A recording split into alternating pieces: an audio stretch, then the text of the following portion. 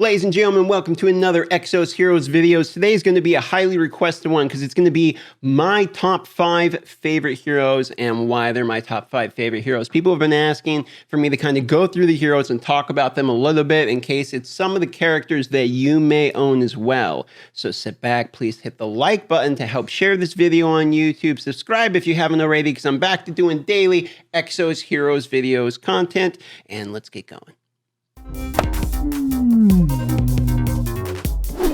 My 5th most favorite is by far FC Garf. FC Garf has staples in her kit not only to deal damage and damage over time, but mostly it's going to be about protecting your team, keeping them alive, healing them, etc. We're going to walk you through how that works. So on the protect skill here, it's going to go back and forth, and I'm going to explain how it works. So the first bit of the passive, they do a really bad job explaining it. But essentially it's this. The person with the lowest maximum health on your team, okay, gets the share health like grant buff, more or less. It's the one that is paired with the FC Garf. And FC Garf at the beginning of every round will heal that person by 30% of FC Garf's current health, okay? And then it also gains mana if the target has less than 20% or if the target has more than 70%. That gain mana is for FC Garf, okay? FC Garf also gives the front row allies 1 mana permanently, 1 additional mana. And then command grants allies with lower maximum health than self. The command mark increases defense health by 20%. This means you want FC Garf to probably be the person with the highest health. That would make sense, okay? Now, the bottom of this one here is going to say Barrier of Wills is triggered when 70% or more of maximum health is taken at once. Cannot be removed. Basically, it is a passive to stop nuking from happening, okay? Then you'll receive decreased damage, and then after that you'll receive increased damage. So it's kind of like a panic button that temporarily helps keep that person alive. Now that is what her passive is, mostly the reason people like her. You want to build her with as much health as you can possibly get her. I don't have her in the proper gear at the moment. I need to work on her more, but I would recommend the bottom row getting as many faded pieces as you can. You probably want to get her as high as HP as possible so that all these other people, if you see here, when you look at their health is lower. You see how it's like 47, 43.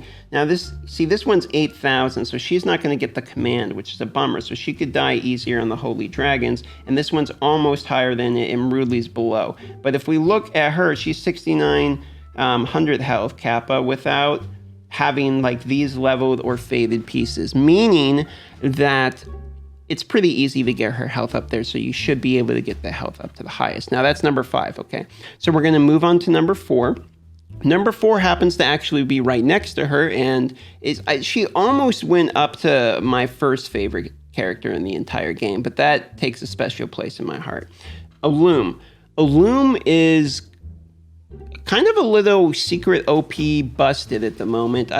What she has is, it's basically 2 things. It's her passive and her breaks. So her passive, I'll explain it because it has the same Barrier of Will that's exactly like Garf, so you don't really need that part explained. But Survival Instinct is when her health drops below 30%, she gets like a heal over time, a hot, recovering 50% of her maximum.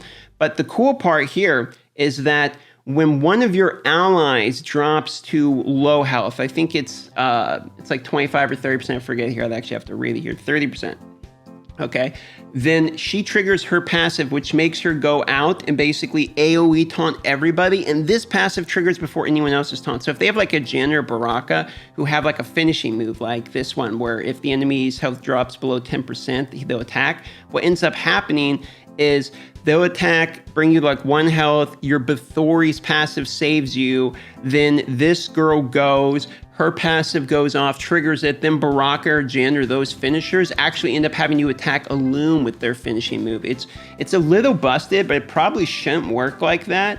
But it's very, very, very good. Now, that's not where she stops, though. Her other 2 moves are, 1, a single target nuke at 750%, and then the other move here is 357%. And if they're marked with Tranquil, it destroys 3 of the enemy's Guardian Stones, basically, okay? And, all right, what is Tranquil? If we look here, we see there's no Tranquil here. Well, you know, what does that mean? Well, If we go over here to our third most favorite, it is Bathory. And notice in Bathory's passive, Tranquil reads, grants allies with less attack than self with the Tranquil mark and prevents them from death 1 time. So this effectively means she is a counter to Bathory. If they have that, she is going to break those Guardian Stones from people, okay? Same deal with the AoE. So for that reason, if they have a Bathory, she's very strong against it. And it also is a good counter against them trying to counter your Bathory, if that makes sense. She's both good with and without Bathory. This move, since we're speaking about Bathory so much, we're going to move on her for our number 3, which is probably obvious she was going to be in the top 5 as Bathory. And it's not just because she has a move called Moby Dick and Leviathan, and you guys know I love the underwater stuff. It's mostly because of well, it's mostly because of her AoE damage, but let's read her moves here. Increases attack based upon allies' mana count. Gains mana, 1 mana, if allies count is at 10 or more on turn. Basically, they mean if all your allies combined have 10 mana, all right, you gain a mana. And if enemies' mana count is at 10 or more on turn, again, if your enemies have 10 or more total mana. Front row allies gain permanently 1 mana, so this is great as well. And then Tranquil, you already know about, it stops you from dying. And then this is the FC version, which overtime effect increases health of all allies except self by 20%. Okay, so that's nuts. That could stop right there and she's a good character. But if we move on here, Moby Dick, the first one, deals 102% to all enemies. This move is okay. It's mostly kind of like a cleanup move or for breaking or for cleaning up in PvE. The Leviathan is the big one here, and it dumps all the mana you got straight into this one, and you can get some massive crits basically. Like I've the maximum crit I've done, I think, is like 71,000 or something. It was in PvE and the person was broken and all that, but you can get some pretty crazy crits for that to happen.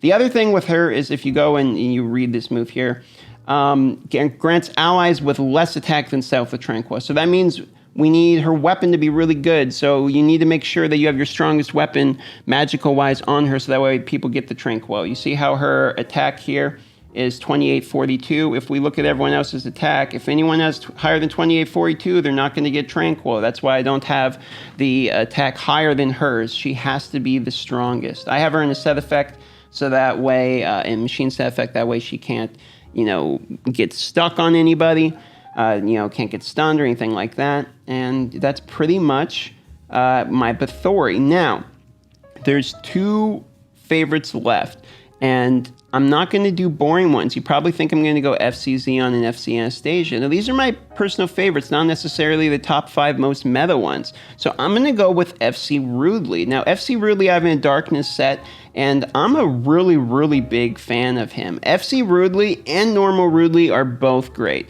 Now, Normal Rudely on his A3 here, or his third move, I should say, instead does 750% to a single person, but instead, on the FC version, this is an AoE move that increases the health of all allies by 37% of the hero's maximum health and defense of all allies, by 48% of the hero's defense, and then he also grants a barrier with 73% of maximum health for 13 turns. Okay, so that move is why everyone likes the FC version. He's very tanky. His second move silences somebody here. You see that? After that, they are afflicted with the living shall perish, inflicts 100% of current health.